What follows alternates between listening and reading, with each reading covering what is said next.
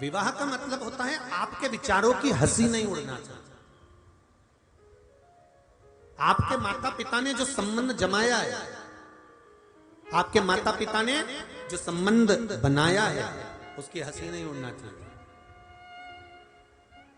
यहां कितने लोग बैठे हैं जिनके घर में बेटियों ने जन्म लिया? जरा हाथ उठाइए। जिनके घर में बेटी हो वो हाथ उठा दीजिए।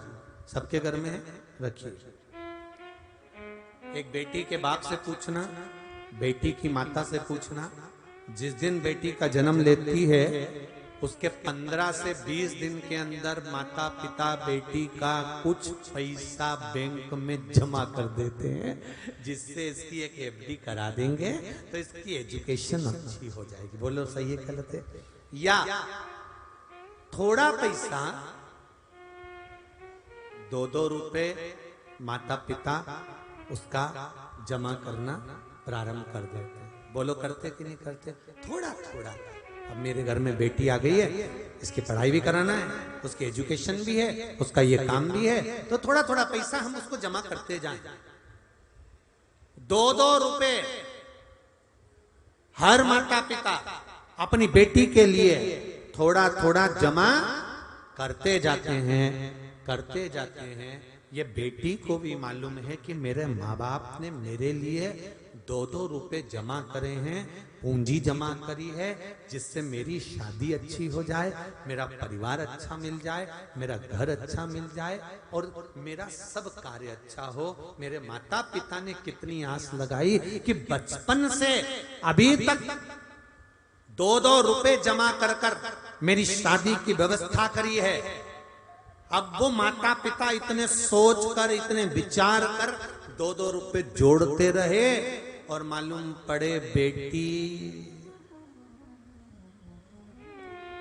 माता और पिता के विचारों पर पानी फेर दे और किसी अन्य लड़के को पसंद कर कर उससे विवाह कर ले।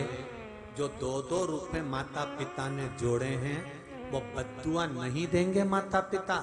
और शिव महापुराण की कथा कहती है, जिस माता पिता ने तेरे जन्म से आस लगा ली थी ऐसी शादी करेंगे, ऐसा पढ़ाएंगे, मेरी बेटी को डॉक्टर बनाऊंगी, मेरी बेटी को इंजीनियर बनाऊंगी, मेरी बेटी को सीए बनाऊंगी, मेरी बेटी को डॉक्टर, कलेक्टर, एसपी, डीएसपी ये बनाऊंगी, मेरी बेटी को जज बनाऊंगी। जिस माता पिता ने 2-2 रुपए जोड़कर विचार कर कर तेरे लिए सोच कर मर गए, सोच कर उन्होंने जिंदगी निकाल दी, वो माता पिता के अरमानों पर जो बेटी गलत लड़के से विवाह कर कर शादी कर लेती है, उसकी जिंदगी में एक समय ऐसा आता है कि वो 2-2 रुपए से भी मोहताज हो जाती है। ये निश्चित है।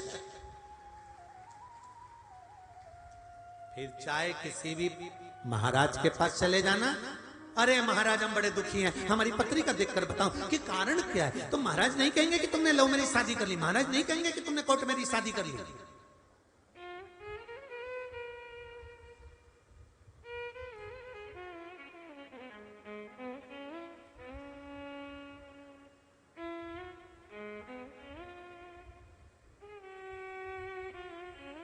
कोर्ट मैरिज शादी, हम तो कहते कोर्ट मैरिज करने जाओ तो कोर्ट में भी एक काम होना चाहिए कि कोर्ट मैरिज शादी करवाओ, मना नहीं है, पर कोर्ट में भी एक काम होना चाहिए कि कोर्ट मैरिज शादी एक शर्त पर होगी कि लड़की के और लड़के के माँ बाप कोर्ट में शामिल होना चाहिए तो शादी, नहीं तो कोर्ट मैरिज शादी नहीं।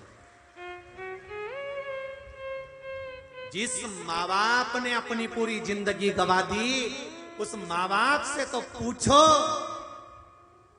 लड़का और लड़की कोर्ट में खड़े हो गए, तुमने सिग्नेचर करवाया, शादी कर दी, एक शब्द कोर्ट में भी लिख देना चाहिए कि लड़की के घर के माँ बाप का होना जरूरी है और लड़के के घर के माँ बाप का होना जरूरी है।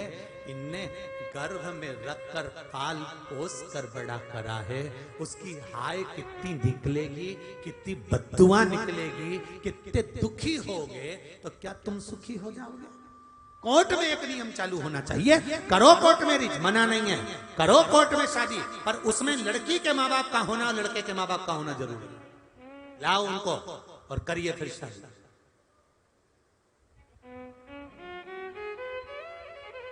कितने अरमानों पर पानी फेरा है, कितने।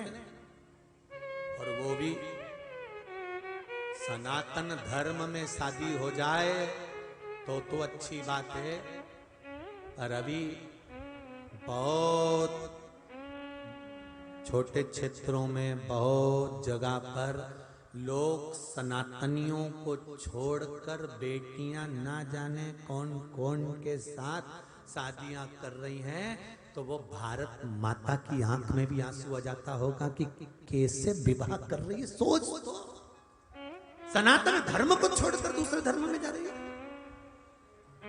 कहां, किस धर्म की ओर तुम अग्रसर हो रहे हो, किस धर्म की ओर तुम जा रहे हो, जरा विचार करिए। श्रेष्ठ धर्म का चंदन है इस देश की माटी, तपोभूमि हर ग्राम है, हर बाला देवी की प्रतिमा बच्चा बच्चा है, जिसके सैनिक समर भूमि पर गाया करते गीताएं, उसी माटी के हल्के नीचे खेली करती सीता है। ये भूमि कोई साधारण है? जहां तुम्हारा जन्म हुआ तो कहो, एक नियम लागू होना चाहिए। जो माता पिता 2-2 रुपए इकट्ठे करते हैं अपने बच्चों के विवाह के लिए, और बच्चे गलत संगत में पढ़कर चले जाते हैं, उसको भी 2-2 रुपए के लिए मोहताज होना पड़ता है। एक समय ऐसा जरूर आता है कि दुख झेलना पड़ता है। रोती है बेटी कि मैंने कहां शादी कर ली, मैंने क्यों विवाह कर लिया, रोती है। मेरे माँ बाप की